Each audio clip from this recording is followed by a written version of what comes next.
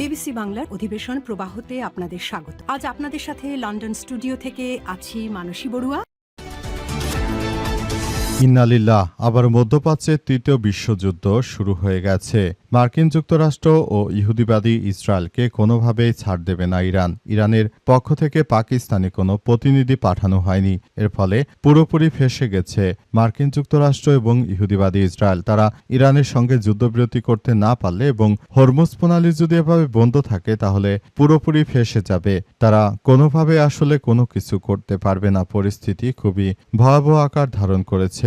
আর এরই মাঝে আমাদের হাতে এসে পৌঁছেছে এই যুদ্ধের সর্বশেষ গুরুত্বপূর্ণ সবথেকে তাজা আপডেট সংবাদ আপনাদের জানিয়ে দিব। প্রথমেই জানাবো, সরাসরি মার্কিন অবরোধ ভাঙল ইরানি ট্যাঙ্কার, জানালো IRIB। মার্কিন নৌবাহিনীর একাধিক হুমকি এবং অবরোধ উপেক্ষা করে ইরানি তেলবাহী জাহাজ নিরাপদে দেশের জলসীমায় প্রবেশ করেছে, এমনটি জানিয়েছে ইরানের রাষ্ট্রীয় গণমাধ্যম IRIB। দেশটির রাষ্ট্রীয় গণমাধ্যমের বরাতে সংবাদ মাধ্যম দ্য ডনের প্রতিবেদনে বলা হয়েছে, সিলিসিটি নামের ওই ট্যাঙ্কারটি ইরানি নৌবাহিনীর নিরাপত্তা সহায়তায় আরব সাগরে অতিক্রম করার সময় ইরানের আঞ্চলিক জলসীমায় পৌঁছায়। সেখানে মার্কিন যুক্তরাষ্ট্র সেটিকে আটক করতে ব্যর্থ হয়েছে। এরপর জানাবো, নতি স্বীকার নয়, যুদ্ধের জন্য প্রস্তুত আমরা, জানালো ইরানের পার্লামেন্ট স্পিকার। মার্কিন প্রেসিডেন্ট ডোনাল্ড ট্রাম্পের সাম্প্রতিক হুঁশিয়ারির পর নত স্বীকার না করে আবারও যুদ্ধ ঘোষণা করেছে ইরান। একই সঙ্গে যে কোনো ধরনের সম্ভাব্য হামলা মোকাবেলায় দেশটি সামরিকভাবে বিস্ময়কর সব প্রস্তুতি নিয়েছে বলে জানিয়েছে ইরানের পার্লামেন্ট স্পিকার বাঘের গালিবাফ। তিনি বলেন, আমরা মার্কিন যুক্তরাষ্ট্রের কাছে মাথা নত করব না। আমরা যে ধরনের কার্যক্রম চালিয়ে যাচ্ছি এটি কোনোভাবেই দখলদারদের ছাড় দেওয়া হবে না।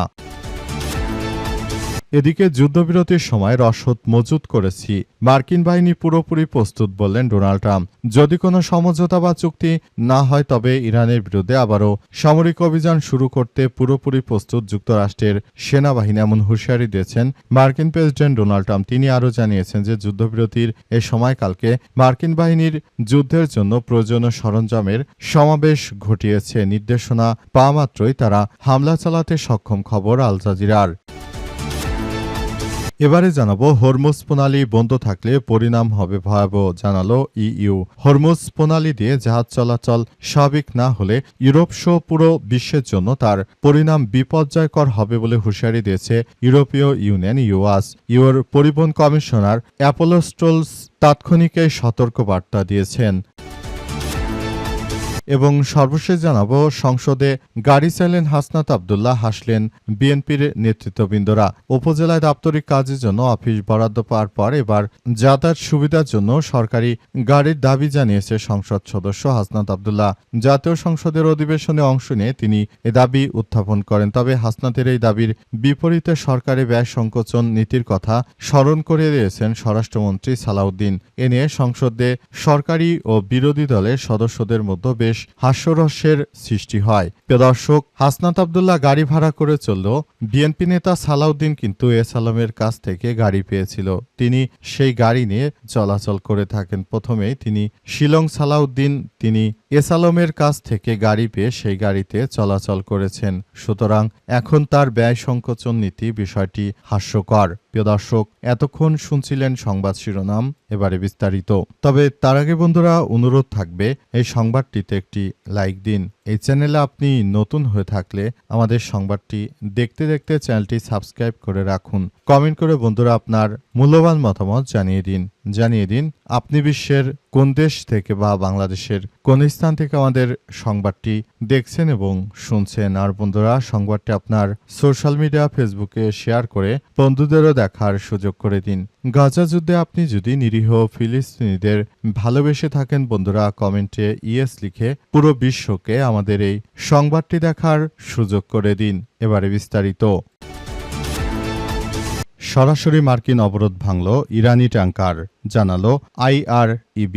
মার্কিন নৌবাহিনীর একাধিক হুমকি উপেক্ষা করে ইরানি তেলবাহী জাহাজ নিরাপদে দেশের জলসীমায় প্রবেশ করেছে, এমনটি জানিয়েছে ইরানের রাষ্ট্র গণমাধ্যম IREB। দেশটির রাষ্ট্র গণমাধ্যমের বরাতে সংবাদ মাধ্যম দ্য ডনের প্রতিবেদনে বলা হয়েছে যে সিলিসিটি নামের ওই ট্যাঙ্কারটি ইরানি নৌবাহিনীর নিরাপত্তা সহায়তায় আরব সাগর অতিক্রম করে সোমবার রাতে 20 এপ্রিল ইরানের আঞ্চলিক জলসীমায় পৌঁছে গেছে। প্রতিবেদনে বলা হয়েছে বর্তমান জাহাজটি ইসলামিক প্রজাতন্ত্র ইরানের দক্ষিণাঞ্চলে একটি বন্দরে নোঙর করা হয়েছে এবং বর্তমান পরিস্থিতিতে মার্কিন যুক্তরাষ্ট্রকে ধসিয়ে দিচ্ছে ইরানের ইসলামী বিপ্লবী গার্ড বাহিনীর সদস্যরা। দখলদারদের কোনোভাবেই আসলে ধ্বংস স্তূপে কোনোভাবেই দখলদারদের আসলে রক্ষা করা যাবে না, পুরোপুরি সবকিছু তছনছ করা হয়েছে। মধ্যপ্রাচ্য জুড়ে দখলদার ইসরায়েলি বাহিনী এবং পুরো বিশ্ব জুড়ে যে কার্যক্রম শুরু হয়েছে, এতে করে সারা বিশ্বের বুকে ইহুদিবাদীরা এবং মার্কিন যুক্তরাষ্ট্র পুরোপুরি ভেসে গেছে। তারা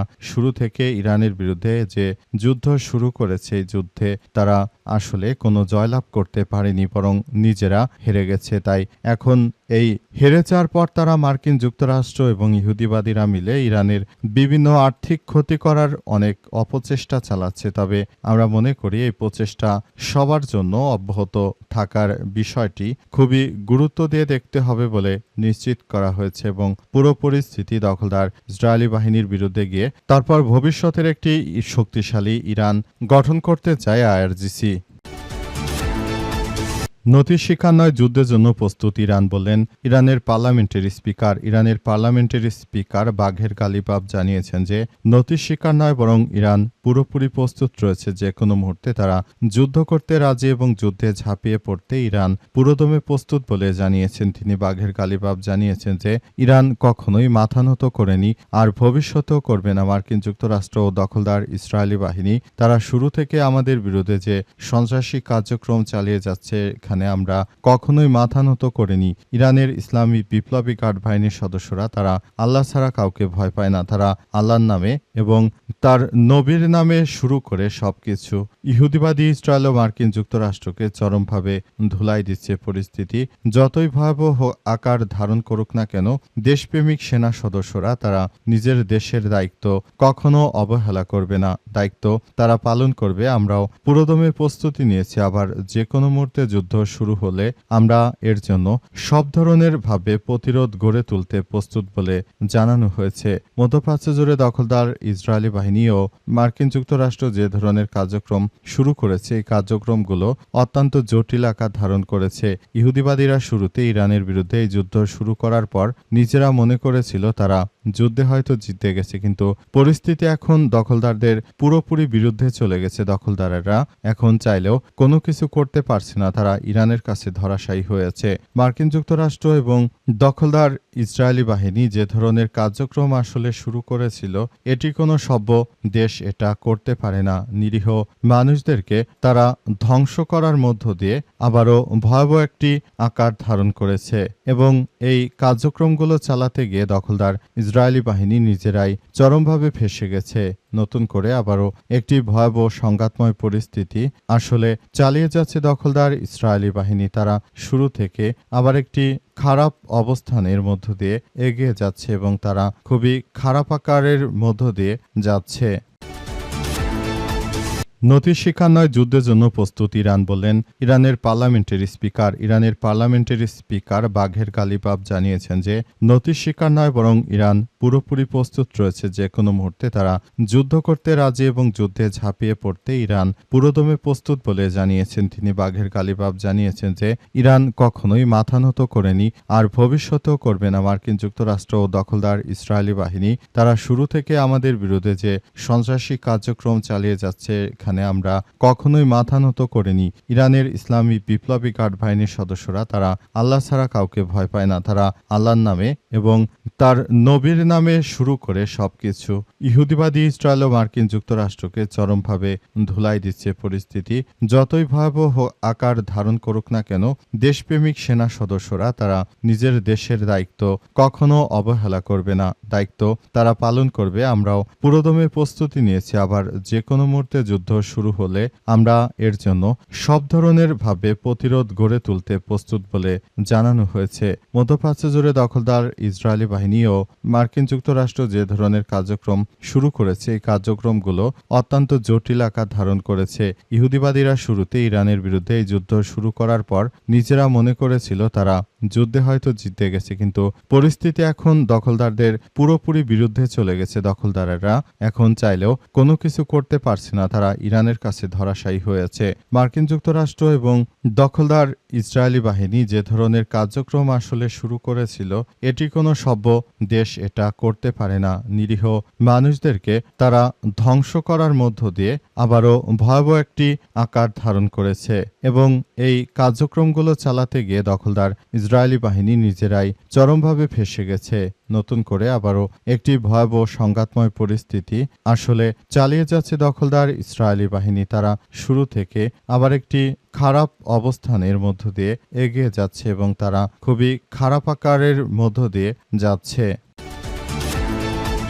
হরমুজ প্রণালী বন্ধ থাকলে পরিণাম হবে ভয়াবহ বলল ইইউ। হরমুজ প্রণালী দিয়ে জাহাজ চলাচল স্বাভাবিক না হলে ইউরোপ সহ পুরো বিশ্বের জন্য তার পরিণাম বিপর্যয়কর হবে বলে হুঁশিয়ারি দিয়েছে ইউরোপীয় ইউনিয়ন। আজ ইইউর পরিবহন কমিশনার অ্যাপোস্টোলোস টোজিনকোস্ট এই সতর্কবার্তা দিয়েছেন। বর্তমান সংকট মোকাবেলায় ইউরোপীয় ইউনিয়নের পরিবহন মন্ত্রীদের এক জরুরি ভিডিও কনফারেন্স অনুষ্ঠিত হয়। সেখানে তিনি জানান যে ইউরোপের বিমান বন্দরগুলোতে জেট ফুয়েলের তীব্র সংকট দেখা দিয়েছে। পরিস্থিতি সামাল দিতে ইইউ বর্তমানে যুক্তরাষ্ট্র সহ অন্যান্য উৎস থেকে বিকল্প উপায় জ্বালানি সংগ্রহের চেষ্টা করছে। তবে জ্বালানি সংকট থাকলে এখন আতঙ্কিত হওয়ার কিছু নেই বলে আশ্বস্ত করা হয়েছে ওই কর্মকর্তার পক্ষ থেকে। তিনি আরও জানিয়েছেন আগামী কয়েক সপ্তাহ বা মাসের মধ্যে ব্যাপকভাবে ফ্লাইট বাতিলের কোনো লক্ষণ এখন পর্যন্ত নেই, তাই মানুষের জীবনযাত্রা বা যাতায়াতের ক্ষেত্রে এই মুহূর্তে হস্তক্ষেপ করার প্রয়োজন দেখছি না।